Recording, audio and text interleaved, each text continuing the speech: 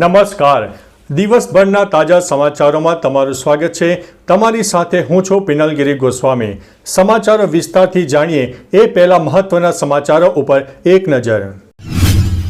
મિત્રો, અત્યારે સ્વામિનારાયણ સંપ્રદાયથી મુખ્ય સમાચાર સામે આવી રહ્યા છે. ગ્રંથ રત્ન શ્રી શિક્ષાપત્રી દ્વિશતાબ્દી મહોત્સવનું આયોજન. શ્રી સ્વામિનારાયણ ગાદી સંસ્થાન દ્વારા ગ્રંથ રત્ન શ્રી શિક્ષાપત્રી દ્વિશતાબ્દી મહોત્સવ ઉપક્રમે જ્ઞાન મહોદધિ આચાર્ય જીતેન્દ્ર પ્રિયદાસજી સ્વામીજીની અધ્યક્ષતામાં શ્રી સ્વામિનારાયણ મંદિર શ્રી ઘનશ્યામ મહારાજ સુવર્ણ પ્રતિષ્ઠા મહોત્સવ અને બહેનોના મંદિરમાં રજત પ્રતિષ્ઠા મહોત્સવ યોજવામાં આવ્યો.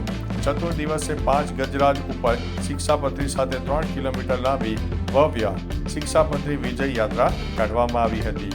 અન્ય મહત્વના સમાચારની વાત કરીએ તો મનરેગા યોજનામાં ફેરફારો સામે કોંગ્રેસનું રાજ્યવ્યાપી આંદોલન. ગુજરાત કોંગ્રેસે મહાત્મા ગાંધી રાષ્ટ્રીય ગ્રામીણ રોજગાર ગેરંટી યોજનામાં કરાયેલા ફેરફારો અને નવી જોગવાઈના વિરોધમાં રાજ્યભરમાં ધરણા અને પ્રદર્શન કર્યા છે. આજે કોંગ્રેસે રાજ્યવ્યાપી આંદોલનની જાહેરાત કરી છે. કોંગ્રેસ અગ્રણીએ જણાવ્યું છે કે યુપીએ સરકાર દ્વારા શરૂ કરેલી આ યોજનાનો મુખ્ય હેતુ દરેક ગ્રામીણ પરિવારોને 100 દિવસની રોજગારીની ખાતરી આપવાનો રહ્યો છે. અન્ય મહત્વના સમાચારની વાત કરીએ તો વાયરલ મેસેજે બદલી નાખી કિસ્મત. નવસારીના બીલીમોરામાં કમલેશભાઈ અને મનીષાબેન પટેલે ઈમાનદારીની મિસાલ કાયમ કરી છે.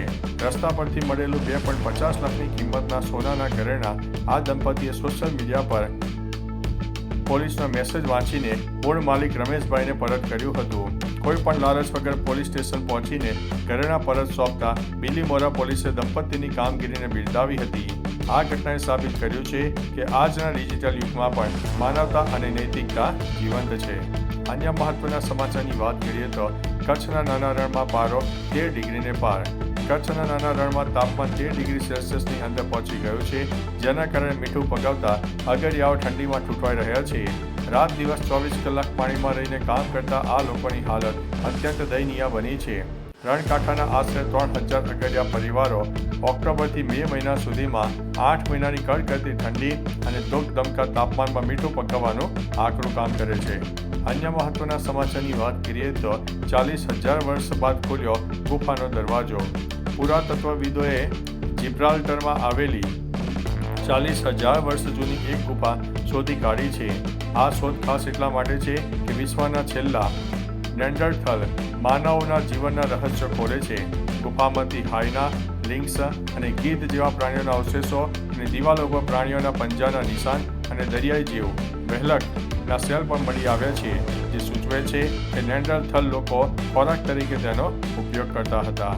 અન્ય મહત્વના સમાચારની વાત કરીએ તો સિલિકોસિસ ગ્રસ્ત શ્રમિકોને સહાય અને મફત મેડિકલ સારવાર. કામદારો માટે કામ કરતી સંસ્થાએ સુપ્રીમ કોર્ટના હુકમ મુજબ સિલિકોસથી મૃત્યુ પામેલાને વળતર આપવાની તાકીદ કરી છે. ચીફ જસ્ટિસ સુનીતા અગ્રવાલ અને જસ્ટિસ D.N. રેનની બેન્ચની સક્ષમતામાં ચાલતા કેસમાં સરકારી વકીલે જણાવ્યું છે કે સિલિકોસિસ પીડિતને 3 લાખ સુધીની સહાય, તપાસ અને સારવારનો ખર્ચ અને મહિને 1500ની દવાની સહાય અને તમામ સરકારી હોસ્પિટલમાં મફત સારવાર આપવામાં આવશે. અન્ય મહત્વના સમાચારની વાત કરીએ તો મહારાષ્ટ્રના રાજકારણમાં રાજ ઠાકરે અને ભાજપના નેતા અન્નામલાઈ વચ્ચે શાબ્દિક યુદ્ધ થયું છે. રાજ ઠાકરે અન્નામલાઈને રાસમલાઈ કહીને ચીડાવ્યા હતા, જેના કારણે મનસેના કાર્યકરોએ અન્નામલાઈના પગ કાપી નાખવાની ધમકી આપી. જવાબમાં અન્નામલાઈએ એક ખુલ્લો પડકાર ફેંક્યો છે, જેમાં કહ્યું છે કે હું મુંબઈ આવી રહ્યો છું, જો હિંમત કરો તો મારા પગ કાપી નાખો. અન્ય મહત્વના સમાચારની વાત કરીએ તો અમરેલીમાં કરુણા અભિયાન 2026 શરૂ. અમરેલી જિલ્લામાં ઉત્તરાયણ દરમિયાન પતંગ અને દોરાથી ઘાયલ થતા અબોલ પક્ષીઓના રક્ષણ અને તાત્કાલિક સારવાર માટે કરુણા અભિયાન 2026નું આયોજન કરવામાં આવ્યું છે. આ અભિયાન 20 જાન્યુઆરી સુધી 2026 સુધી ચાલવાનું છે. ઘાયલ પક્ષીઓને મદદ કરવા માટે Karuna animal ambulance helpline number 1962, વન વિભાગ હેલ્પલાઇન નંબર 1926 અને વોટ્સઅપ હેલ્પલાઇન નંબર 8320 જાહેર કરવામાં આવ્યો છે. નાગરિકો આ નંબરનો સંપર્ક કરી શકે છે. તો ચાલો મિત્રો, ફરીથી દેશ અને દુનિયાના સુપરફાસ્ટ સમાચાર લઈને મળતા રહીશો. ત્યાં સુધી અમને રજા આપશો. નમસ્તે.